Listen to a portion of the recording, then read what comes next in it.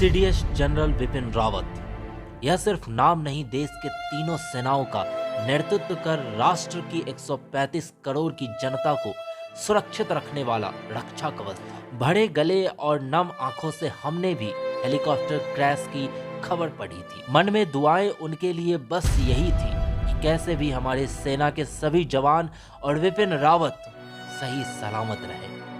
लेकिन जैसे ही शाम ढली, सूरज डूबता गया, हमारे राष्ट्र का भी एक सूरज डूब गया। सारा देश गम के आंसुओं में लिपटा रहा। माँ भारती ने पुत्र खोया था, हमने भी सिसकियां बांधी, लेकिन फिर एक बात याद आई। यह आंसू कहीं उनके शौर्य के सम्मान को कम न कर दे। हमने भी सीना चौड़ा कर एक सलामी ठोकी, जो हमारे वीर विपिन रावत और उनकी पत्नी सहित उन 11 शहीद जवानों पर जा लगी। गम के माहौल में हमारा एक बार फिर सीना राष्ट्र के लिए चौड़ा हो गया। आइए हम आपको सुनाते हैं विपिन रावत की कहानी, मदरलैंड पोस्ट की जवानी। देश के पहले सीडीएस जनरल विपिन रावत का बुधवार को air force chopper MI-17 V5 crash में निधन हो गया। शहीद हो गए विपिन रावत।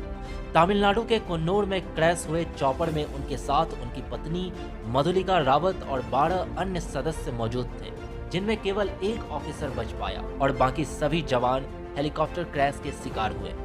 सीडीएस जनरल विपिन रावत भारतीय सेना के 4 स्टार जनरल थे, जिन्हें 30 दिसंबर 2021 को भारत के पहले चीफ ऑफ डिफेंस स्टाफ यानी सीडीएस के तौर पर नियुक्त किया गया था।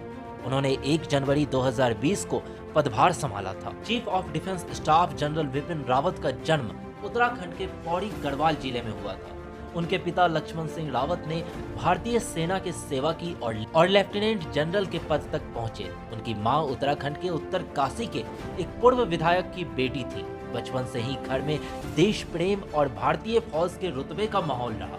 उन्होंने बचपन से ही सेना में जाने का मन बना लिया था। आगे उन्होंने अपनी स्कूलिंग की पढ़ाई देहरादून के कैम्ब्रियन हॉल स्कूल और सेंट एडवर्ड स्कूल से की और यह शिक्षा उन्होंने शिमला में प्राप्त की और राष्ट्रीय रक्षा अकादमी यानी NDA में खड़क वासला और भारतीय सैन्य अकादमी देहरादून में शामिल हो गए, जहां उन्हें स्वॉर्ड ऑफ ऑनर से सम्मानित किया गया। यानी ट्रेनिंग के दौरान जो जवान सर्वश्रेष्ठ प्रदर्शन करता है उसे स्वॉर्ड ऑफ ऑनर दिया जाता है, जिससे हमारे विपिन रावत को भी नवाजा गया। आगे विपिन रावत ने डिफेंस स्टडीज में MPhil किया और मद्रास विश्वविद्यालय से मैनेजमेंट और कंप्यूटर स्टडीज में डिप्लोमा भी हासिल किया। इसके बाद विपिन रावत तमिलनाडु के डिफेंस सर्विसेज स्टाफ कॉलेज यानी DSSC वेलिंगटन से ग्रेजुएशन किया और अमेरिका के command and general staff college से हायर कमांड की कोर्स किया था और इसके बाद command and general staff college से हायर कमांड कोर्स किया था। और इसी कॉलेज में लेक्चर देने के लिए जाते समय हेलीकॉप्टर में क्रैश होकर शहीद हुए जनरल विपिन रावत को ये भी नहीं पता था कि जिस कॉलेज से उन्होंने अपनी ग्रेजुएशन की पढ़ाई की थी, उसी कॉलेज में लेक्चर देने समय जाते समय उनका हेलीकॉप्टर क्रैश हो जाएगा और वो शहीद हो जाएंगे। सोचा तो पूरा देशवासियों ने नहीं। उनके अनेक उपलब्धियों में से मिलिट्री मीडिया स्ट्रेटेजिक स्टडीज पर उनके रिसर्च के लिए उन्हें चौधरी चरण सिंह विश्वविद्यालय मेरठ द्वारा डॉक्टरेट ऑफ फिलॉसफी से सम्मानित किया गया था।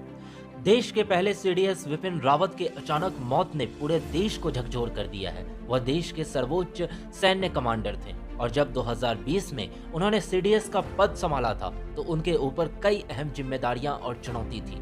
उनके ऊपर थिएटर कमांड बनाने, चीन और पाकिस्तान की चुनौती से निपटने और उन्हें मुंह तोड़ जवाब देने से लेकर सेना के आधुनिकीकरण करने की अहम जिम्मेदारी थी। म्यांमार में हुए सर्जिकल स्ट्राइक में भी विपिन रावत की अहम भूमिका थी। जून 2015 में मणिपुर में हुए एक आतंकी हमले में 18 भारतीय सैनिक शहीद हो गए थे। आतंकियों को सबक सिखाने का काम 21 पैरा कमांडो ने म्यांमार में जाकर सर्जिकल स्ट्राइक के जरिए किया। इस ऑपरेशन में आतंकी संगठन NSCN के कई आतंकी मारे गए। 21 पैरा 3rd कॉर्प्स के अधीन थी, जिसके कमांडर विपिन रावत थे। इसी तरह पुलवामा आतंकी हमले के बाद सितंबर 2016 में POK के बालाकोट में हुए सर्जिकल स्ट्राइक के रणनीतिकारों में विपिन रावत भी शामिल थे। विपिन रावत जब थल सेना अध्यक्ष थे तो उस समय चीन ने डोकलाम में गुस्ताखी करने की कोशिश की थी और फिर सीडीएस बने। उसके बाद चीन के लद्दाख में विवाद शुरू हुआ। इन दोनों परिस्थितियों में उनकी कुशल नेतृत्व क्षमता सामने आई। भारत ने चीन को मुंहतोड़ जवाब दिया। गलवान घाटी में चीन की हिमाकत पर बयान में भी काफी सुर्खियों में रहे। उन्होंने कहा था कि भारत से सटी सीमा पर चीन सेना की तैनाती में अब काफी बदलाव हुआ है।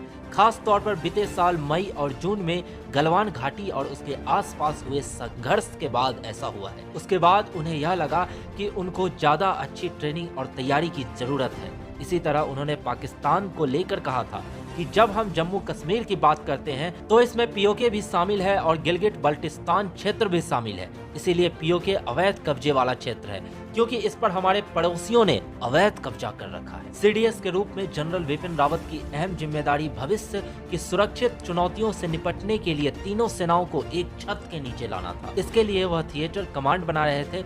इसके जरिए युद्ध की स्थिति में तीनों सेना अंगों के बीच बेहतर कोऑर्डिनेशन कर युद्ध की रणनीति बनाएगी। इसके तहत 4-5 थिएटर कमांड बनाए जा सकते थे। जाहिर है सीडीएस बिपिन रावत के ऊपर कई अहम जिम्मेदारियां थी, लेकिन उनके अचानक निधन से सीडीएस के ऊपर उनकी योजनाओं में अमल लाने की चुनौतियां भी होंगी।